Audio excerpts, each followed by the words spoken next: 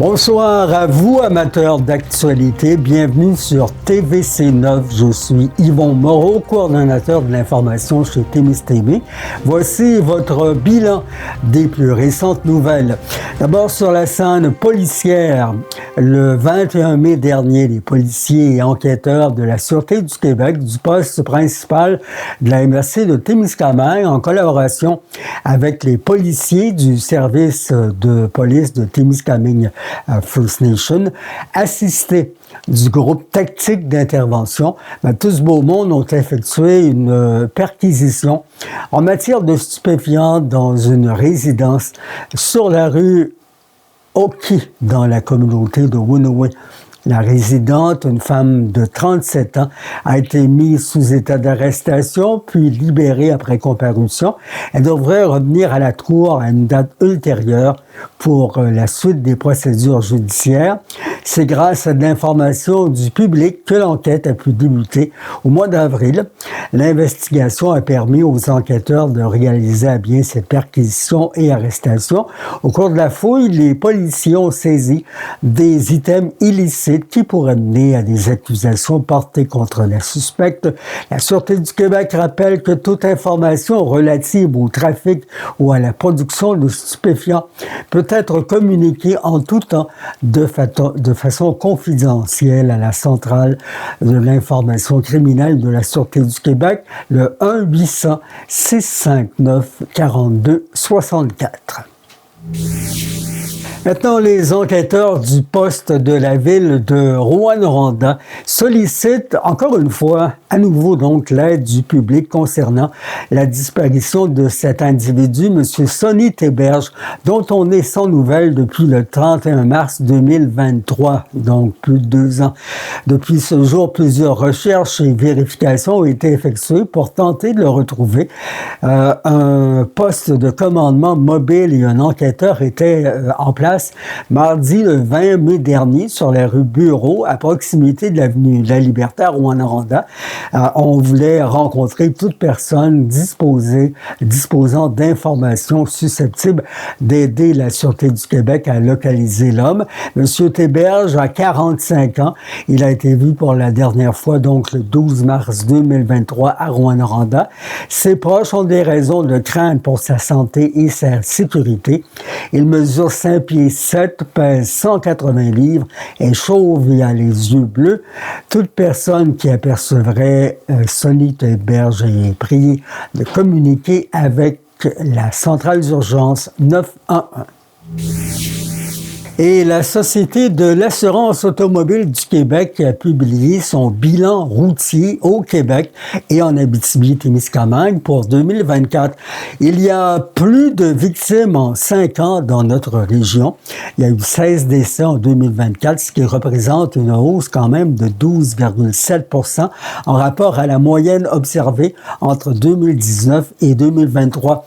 Une hausse de 5,6% de ce côté des décès au Québec. Hausse de 2 décès chez les personnes de 75 ans ou plus. Augmentation d'1 décès chez les cyclistes. Hausse de 16 décès chez les piétons. Également, augmentation de 5 décès chez les occupants d'un camion lourd ou d'un tracteur routier. On dénombre 23 personnes blessées gravement dans la région, selon le bilan routier. Une diminution, dis-je bien, de 39,8%. Le nombre de personnes blessées légèrement, qui s'élève à 478 dans la région, a connu une diminution de 13,7%. Concernant l'ensemble des victimes, ce sont 517 personnes qui ont subi des dommages corporels dans une collision routière en 2024, 14,7% de moins par rapport à la moyenne entre 2019 et 2023. Soyez prudents. Nouvelle entente maintenant, entente de principe dans le monde du travail. Cette fois, elle intervient avec les gardiens de prison entre le syndicat des agents de la paix en service correctionnel du Québec, affilié à la CSN, et le gouvernement. Une entente d'une durée de 5 ans, de 2023 à 2028, qui vise plus de 2000 agents de services correctionnels dans 18 établissements de détention, dont, vous le savez, la prison d'Amos chez nous. Bravo pour ces 24 mois de négociations et de persévérance, surtout. Les discussions sont devenues favorable dans la nuit du lundi 19 au mardi 20 mai. Ces propositions seront bientôt présentées aux instances syndicales qui vont se prononcer en tout ou en partie pour son contenu. À l'aide juridique, la grève est suspendue après une offre de la partie patronale d'un blitz de négociation intensif cette semaine.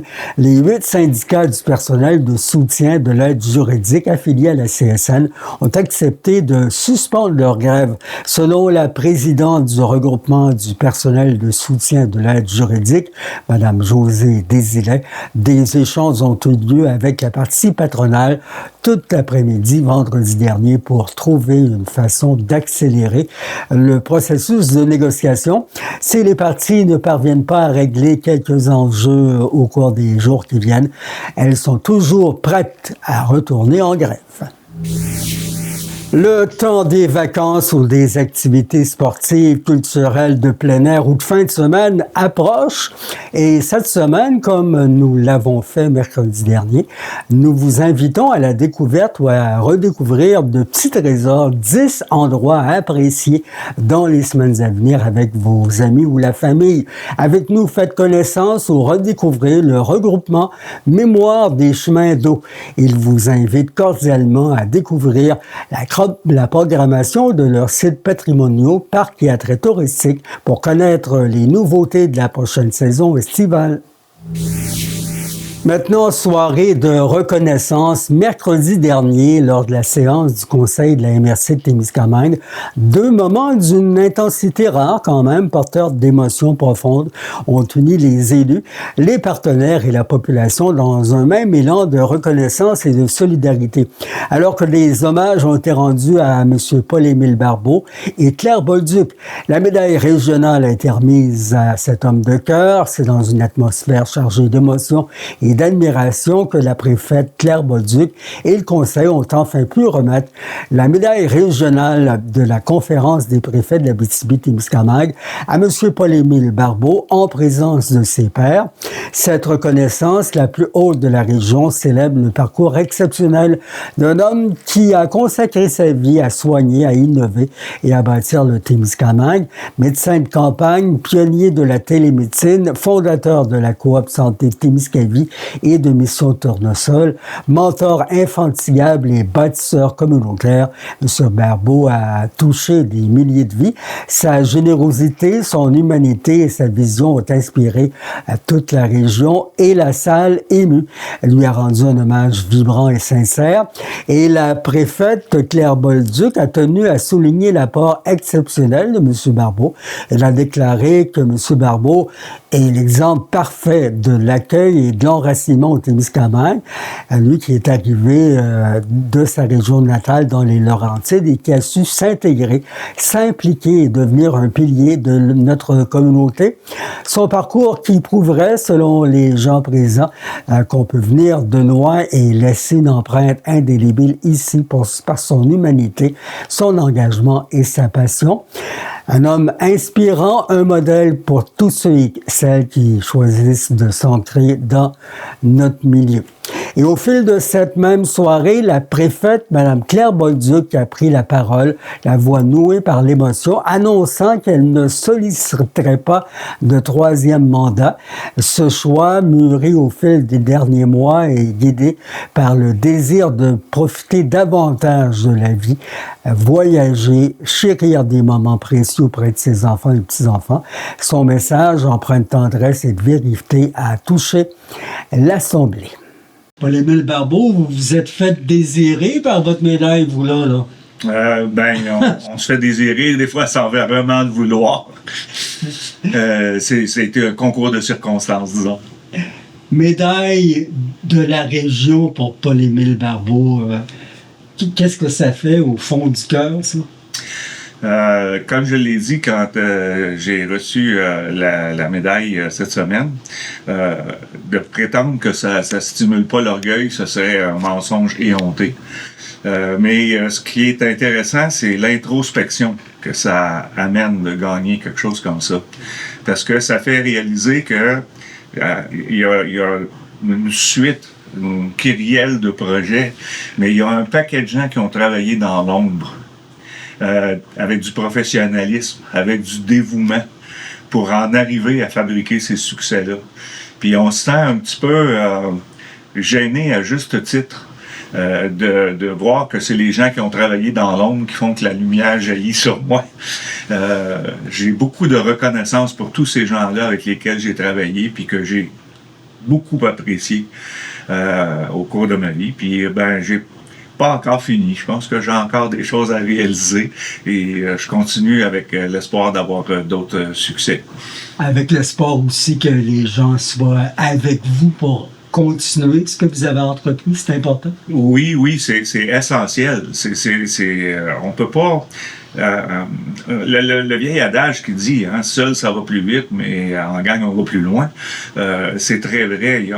On peut jamais réaliser des choses qui sont importantes si on n'a pas des gens qui nous entourent, qui nous appuient. Puis il faut pas se leurrer. C'est pas parce qu'à un moment donné on est à la tête d'un groupe que le groupe n'est pas obligé de temps en temps de tirer sur le chef parce qu'il est à bout de souffle. C'est ça, le travail d'équipe. C'est de la stimulation qui va dans les deux sens, où le leadership s'exprime par la transmission de la passion. Souvent, les gens vont confondre leadership et chef. Il y a des gens qui sont des bons chefs d'entreprise, mais qui n'ont pas nécessairement le leadership pour stimuler leur troupe. Puis bien souvent, ces gens-là vont être appuyés par quelqu'un à l'intérieur de leur équipe qui a du leadership puis qui va donner la passion au restant de l'équipe. Alors, tout au cours de la vie, on fait pas les choses pour aller chercher des honneurs, pour aller chercher des récompenses. On le fait parce qu'on a des buts. On cherche à atteindre des buts, puis partir à un certain mouvement pour arriver à tel but, pour améliorer la condition des membres, améliorer la condition de la population. C'est ça qui nous guide. Dans le plan quinquennal de Paul-Émile Barbeau, qu'est-ce qui se passe? Écoutez, l'âge me rattrape, c'est bien évident. Il y a des choses qui se passent, par exemple, à la coop. Alors, on veut s'assurer que il y a deux façons de prendre ça, ce qui se passe à la coop. On pourrait le prendre en disant, regarde, après 18 ans, on est obligé de dissoudre la coopérative, c'est un échec. Ou on peut dire, non, c'est une étape qui se tourne, puis à ce moment-là, voir avec les autres organismes qui sont autour comment est-ce que la population peut bénéficier des structures, des infrastructures qu'on a au niveau de la coop. Il y a toujours Mission Tournesol qui tourne beaucoup. Puis il y a toujours d'autres bénévolats à faire à droite, à gauche pour aider les gens. Des plans précis, je peux dire qu'actuellement, avec ce qui se passe dans ma vie, je vais attendre d'avoir tourné la page de la coopérative pour voir si on se lance dans d'autres projets à venir. La santé des Témiscaminais vous tient toujours à cœur? Énormément. Je suis encore convaincu que de retrouver une gouvernance locale améliorerait les choses. Il faut travailler avec persévérance. On a monté un dossier au niveau du comité citoyen. On arrive au bout où on va pouvoir présenter ça. Il faut réaliser que il faut aussi s'amalgamer avec les nouvelles structures, avec Santé Québec. Il faut voir tout ce qui se passe au point de vue du système de santé en général, puis essayer d'aller faire les preuves là-dedans que la gouvernance locale peut améliorer les choses. Le problème, c'est que on a toujours dit à travers le temps, puis tous les gouvernements confondus, que le fait de rassembler l'administration en un seul endroit, ça pouvait donner plus d'efficacité. Ma réponse à ça, c'est s'il y a un endroit au Québec où on peut croire au regroupement administratif, c'est bien Témiscamingue. Parce qu'on a été un des premiers centres de santé au Québec. On a été le premier endroit au Québec où on a regroupé l'administration du CHSLD, du CLSC et hospitalier. On a été le premier endroit à faire ça. Donc, c'est pas contre nos principes de rassembler l'administration. Mais quand on rassemble ça à Québec, là, on se trompe. Quelqu'un qui mesure 6 pieds 4, il est grand. Quelqu'un qui mesure 10 pieds et demi, il a une maladie. Puis il faut traiter à ce moment-là ce qui se passe dans son hypophyse, parce qu'il souffre de gigantisme. Alors, il faut que les gouvernements réalisent que plus on fait des administrations qui sont éloignées de la population, plus on s'éloigne de la population, moins on est conscient de leurs différences. Alors, on peut mieux dépenser l'argent quand on la dépense de façon appropriée en rapport avec la structure d'une société de base. Elle est belle, votre médaille régionale, mais elle me semble être en argent. Vous visez peut-être l'or. C'est pour ça que vous continuez? J'avais pas perçu ça comme ça. J'avais pas pensé à l'or. Pour moi, c'est de l'or. C'est de l'or. Merci. La reconnaissance, pour moi, c'est de l'or. Merci pour les mots. Merci à vous. Madame Claire Bolduc, grosse soirée d'émotion à la dernière réunion du conseil des préfets. De la MRC. C'est ça. D'abord, Paul-Émile Barbeau, qui reçoit enfin sa médaille. Pourquoi enfin? Parce qu'au moment où le comité de sélection s'est réuni, Dr Barbeau était déjà parti pour un voyage des vacances qu'il avait planifié. Alors, le comité s'est réuni. On a informé sa conjointe et Dr Barbeau de la médaille, mais il ne revenait pas pour la cérémonie officielle qui avait lieu le 9 mai.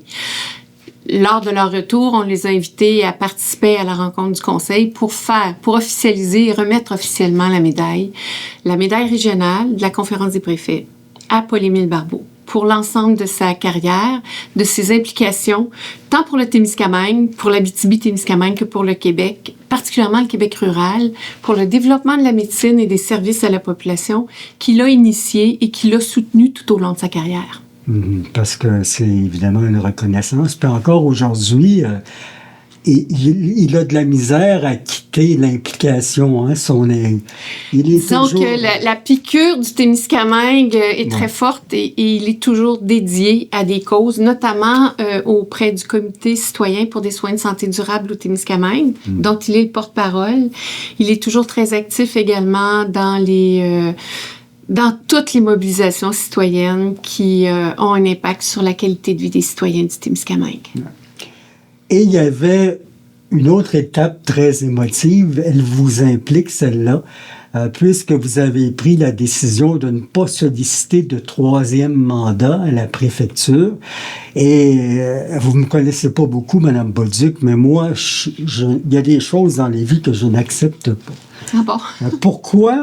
Pourquoi quitter la vie publique alors que vous êtes encore dans le moment où on vous voit partout? On vous aurait vu encore en politique, on vous aurait vu impliqué à la mairie de Ville-Marie, peut-être un jour, on ne sait pas.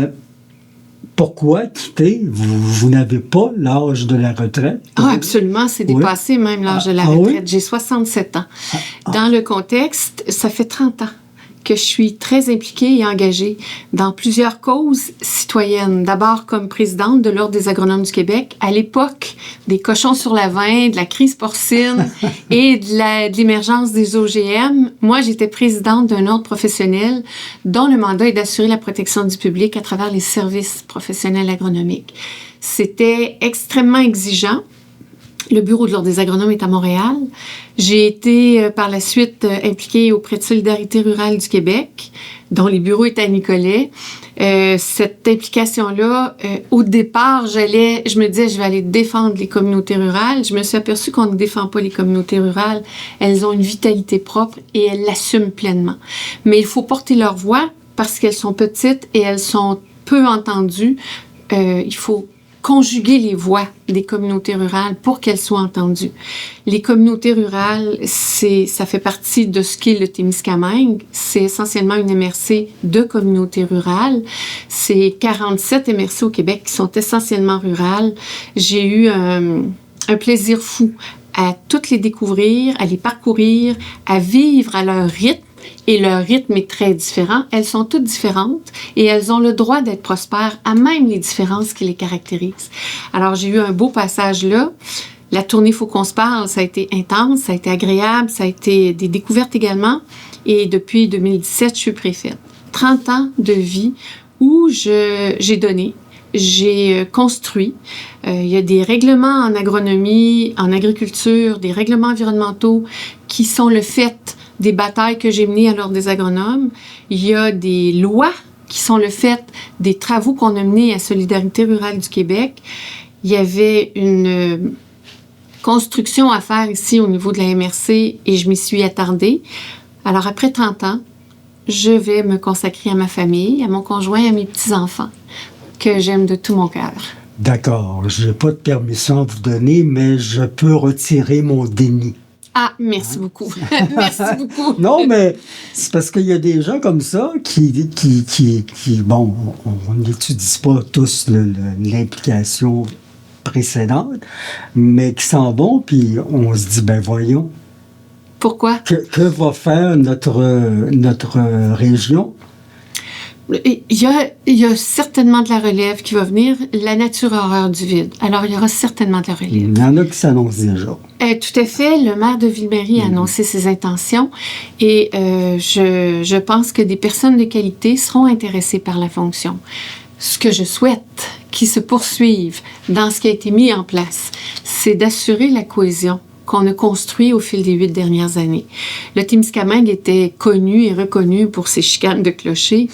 On a réussi au Conseil de la MRC, je le dis moi, mais les collègues qui étaient autour de la table du Conseil de la MRC, ensemble, on a construit une belle cohésion. Ça ne veut pas dire qu'il n'y a pas de discussion, ça ne veut pas dire qu'il n'y a pas de débat, mais on est capable de se parler et de discuter des enjeux qui nous concernent en dehors de faits de chicane et de prises d'opposition médiatiques qui font plus de tort à l'ensemble du Témiscamingue, qui font du bien.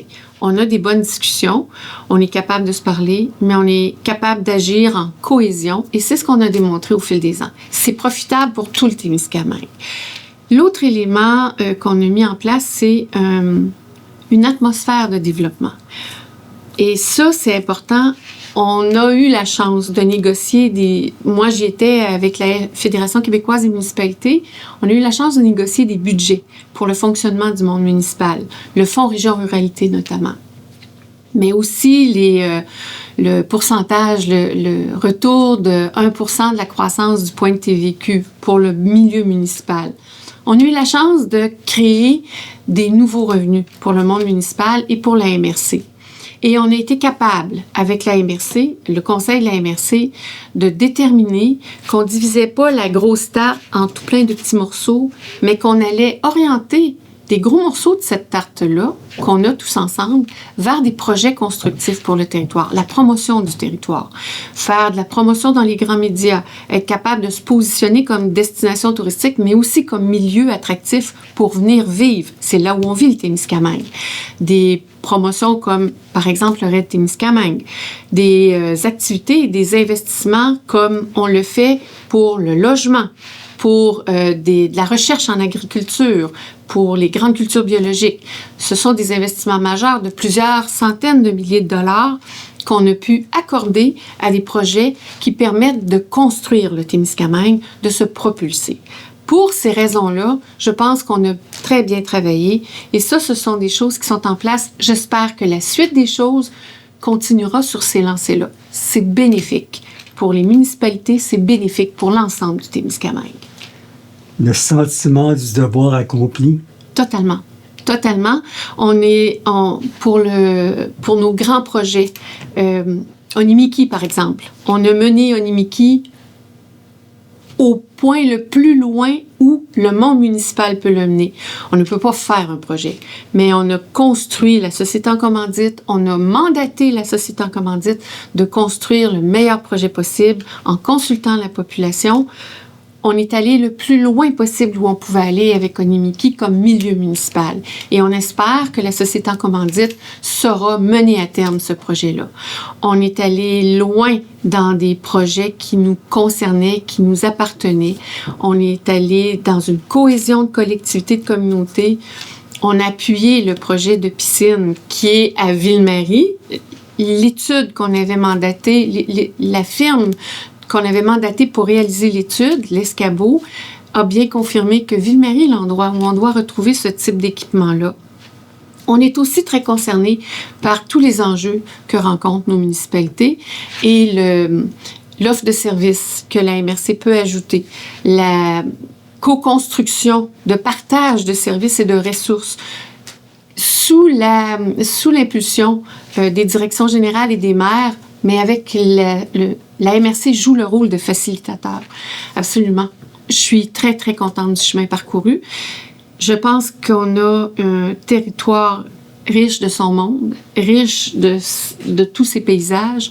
On a un territoire qui, malgré les écueils qu'on connaît, les écueils économiques qu'on connaît, un territoire où il fait et il fera toujours bon vivre.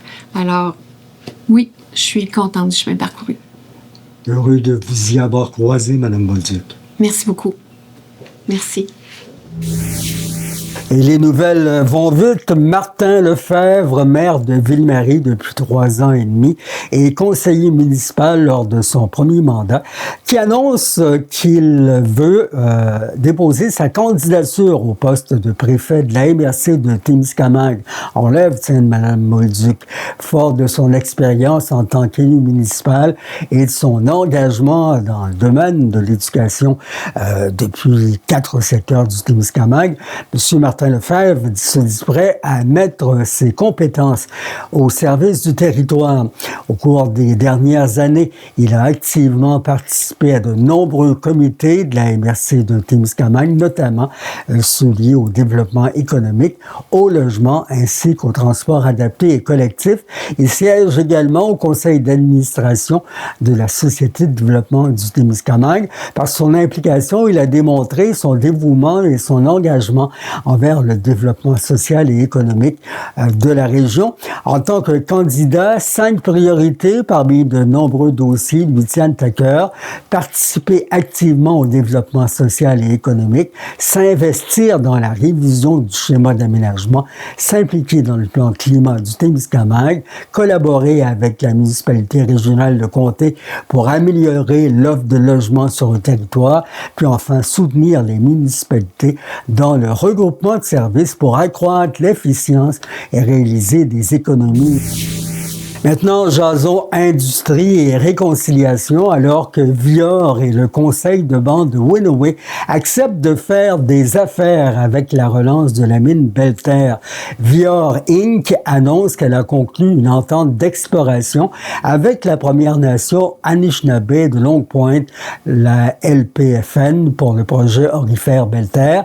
Le projet Aurifère Belle-Terre, qui est situé bien sûr dans l'Abitibi et le Témiscamingue, surtout au Québec, sur les terres traditionnelles du LPFN. L'entente définit la modalité de consultation et d'atténuation des impacts des activités d'exploration. Elle prévoit également des avantages financiers, contrats, emplois, possibilités de formation pendant la phase d'exploration du projet. 75 000 $ arrivent à temps pour le 35e anniversaire de la Société Alzheimer Abitibi-Témiscamingue.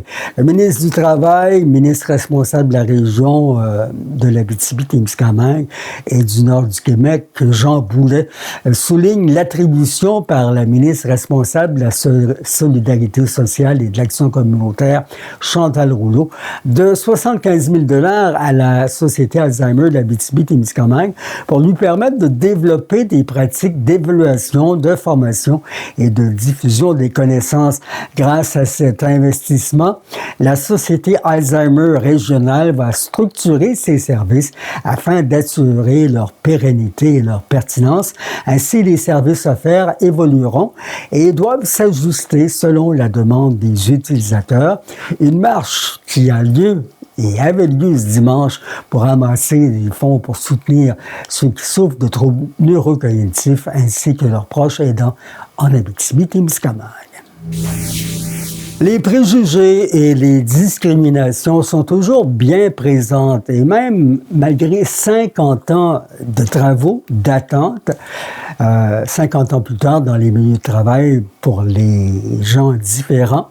Lors d'une conférence de presse le 20 mai dernier, la Commission des droits de la personne et des droits de la jeunesse a dévoilé les résultats d'une étude d'envergure qui révèle que malgré des compétences et des qualifications recherchées sur le marché du travail, plus d'1 million de personnes en situation de handicap continuent de faire face à des obstacles persistants à l'embauche, à l'intégration et au maintien en emploi. La Commission des droits de la personne demande donc au gouvernement qu'il modifie l'approche qu'il a jusqu'ici privilégiée en proposant notamment des mesures plus contraignantes pour les employeurs. Lorsqu'on œuvre pour un syndicat ou quelque organisation que ce soit, on aime bien arriver à des résultats importants pour les membres de nos organisations. C'est le cas de la FIC qui vient de recevoir 15 millions de dollars, 15 millions qui permettra à ce secteur de l'Abitibi-Témiscamingue d'embaucher des infirmières spéciales et des infirmières auxiliaires. Une belle victoire pour la FIC dont nous parle Jean-Sébastien Blais. Les vacances arrivent, puis là, on parle d'embaucher des infirmières, puis on parle de sommes investies pour le faire. Là, vous allez m'expliquer, là. C'est pas des infirmières des agences, c'est vraiment des gens qu'on va payer au privé pour travailler pour nos citoyens. En fait, l'annonce qui est faite aujourd'hui là, résulte de 6 mois de négociations, c'est-à-dire que dans notre dernière négociation de convention collective, lorsqu'on l'a signé en décembre dernier, il y avait eu un montant de 15 millions qui avait été alloué en Abitibi-Témiscamingue pour avoir des mesures d'attraction-rétention spécifiques à la région. Nous, on devait renégocier comment on allait traduire ces mesures-là sur le terrain avec les négociateurs du gouvernement. On est arrivé à une entente la semaine dernière. Et qu'est-ce que ça veut dire concrètement? C'est qu'on va avoir des mesures incitatives au temps supplémentaire. Donc, nos infirmières qui travaillent déjà dans les murs du CISAT, qui pourraient lever la main pour faire du temps supplémentaire, elles auront des incitatifs supplémentaires. Ces incitatifs-là, on les avait déjà essayés par le passé en 2021.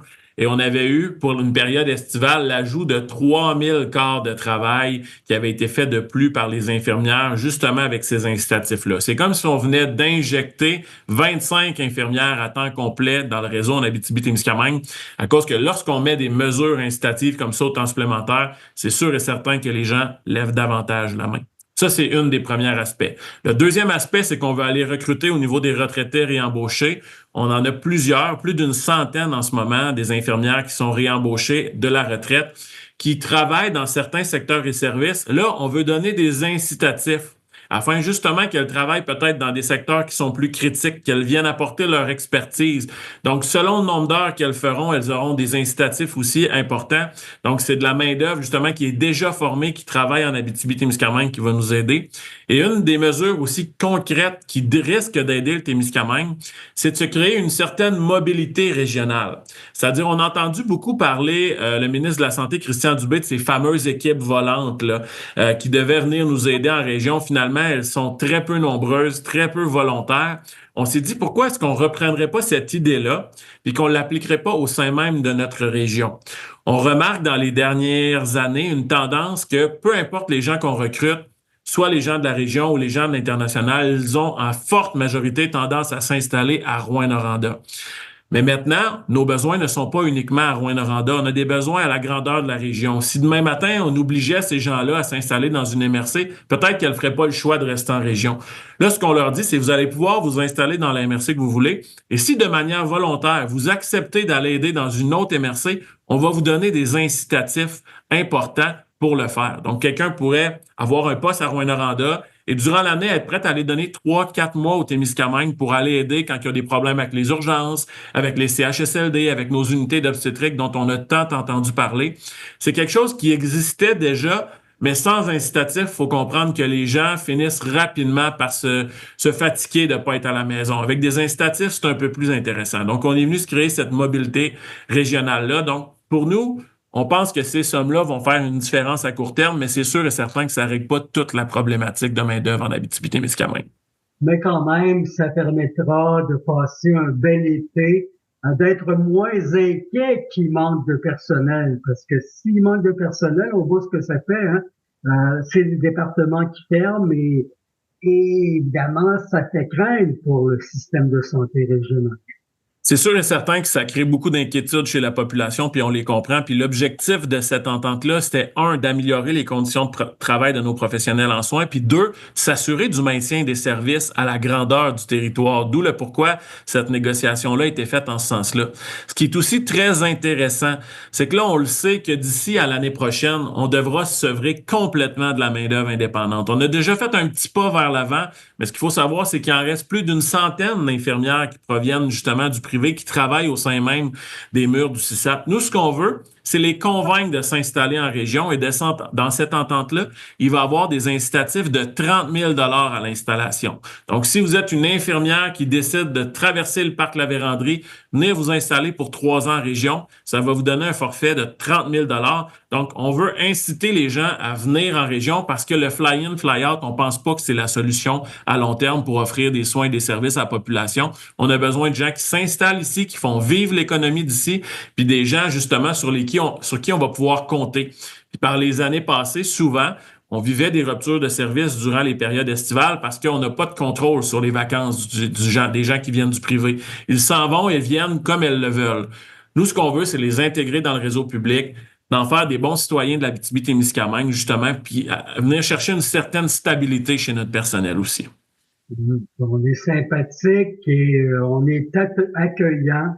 Je pense pas que les gens qui ont décidé de s'inscrire sur le payroll en Abitibi-Témiscamingue l'ont regretté. Je pense que c'est agréable de le faire et c'est un beau mélange de gens d'ici et de gens de l'extérieur aussi qui est très agréable à vivre dans les municipalités et dans les régions de notre grande Abitibi-Témiscamingue.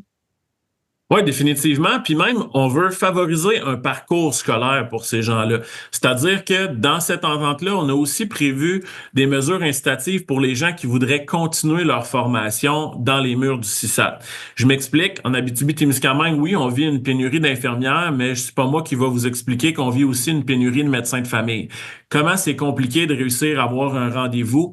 Mais là, on a développé au fil des années une expertise chez nos infirmières praticiennes spécialisées qui en prennent de plus en plus large. On voit leur rôle est élargi. Elles peuvent prendre en charge différentes clientèles.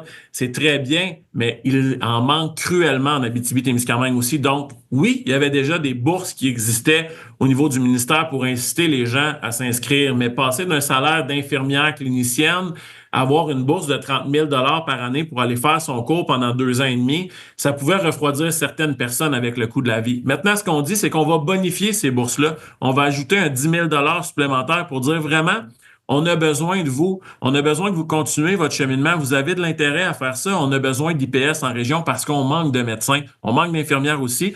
On veut frapper sur tous les murs pour que la population reçoive les soins auxquels ils ont droit, peu importe leur code postal. C'est notre message depuis plusieurs années. Puis on pense qu'avec cette entente-là, on va faire un pas dans la bonne direction. Monsieur Blais, des incitatifs, de nouvelles idées, plein de choses pour faire avancer les départements de santé de la région comme d'ailleurs. L'AFIC se rencontre dans une dizaine de jours. C'est le congrès de l'AFIC, donc vous avez l'intention de continuer à travailler fort. Ah, c'est évident. Puis on sait à chaque fois lorsqu'un congrès arrive comme ça l'amène définitivement de nouveaux enlignements nationaux. Ça l'amène aussi de nouveaux visages. On verra qui sera le prochain comité exécutif national qui sera en haut. Mais chose certaine, nous, notre rôle localement à la FIC-CISAT, c'est de s'assurer qu'on se fasse entendre.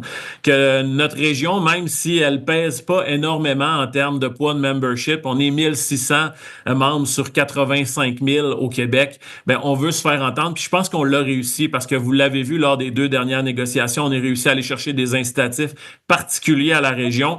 Et ça, c'est grâce à la mobilisation des membres. C'est grâce justement au fait qu'on est tenace, qu'on dénonce les situations qui sont inacceptables et qu'on multiplie les actions politiques aussi. Je pense qu'il n'y a pas un ministre qui représente de la santé ou qui est dans l'opposition que j'ai pas rencontré dans les dernières années. On veut s'assurer que le message soit entendu. Puis je pense qu'il l'est concrètement. Est-ce que maintenant les mesures seront à la hauteur des attentes qu'on a et des attentes de la population? Mais je pense poser la question, c'est y répondre, puisqu'encore une fois, c'est une entente qui est temporaire, qui prendra fin en 2028, et on sait que les problèmes démographiques et les problèmes qu'on a en Abitibi-Témiscamingue sont beaucoup plus grands et ne s'arrêteront pas en 2028. Donc, c'est une guerre qui va se poursuivre pour nous, pour qu'on ait une reconnaissance permanente que la région, justement, a des enjeux particuliers. On n'a pas besoin de convaincre personne que sur la map, on est une région éloignée, mais pourtant, au sens de la convention collective, on ne l'est pas encore. Donc, ce sera un cheval de bataille qui sera poursuivi, justement. On le fait pour nous, on le fait pour les membres, on le fait pour notre famille, pour la population. Puis je pense que les gens sont bien servis en ce moment avec l'offre qu'on leur fait. Super. On se laisse pas manger la laine sur le dos parce que la laine, on en a besoin longtemps avec une belle température. Oui, définitivement que l'hiver dure longtemps en Abitibi-Témiscamingue, donc c'est sûr qu'on veut se faire entendre sur toutes les plateformes qu'on peut. Mais il est tellement beau que c'est pas un frein à l'attirance des infirmières et infirmiers dans notre région.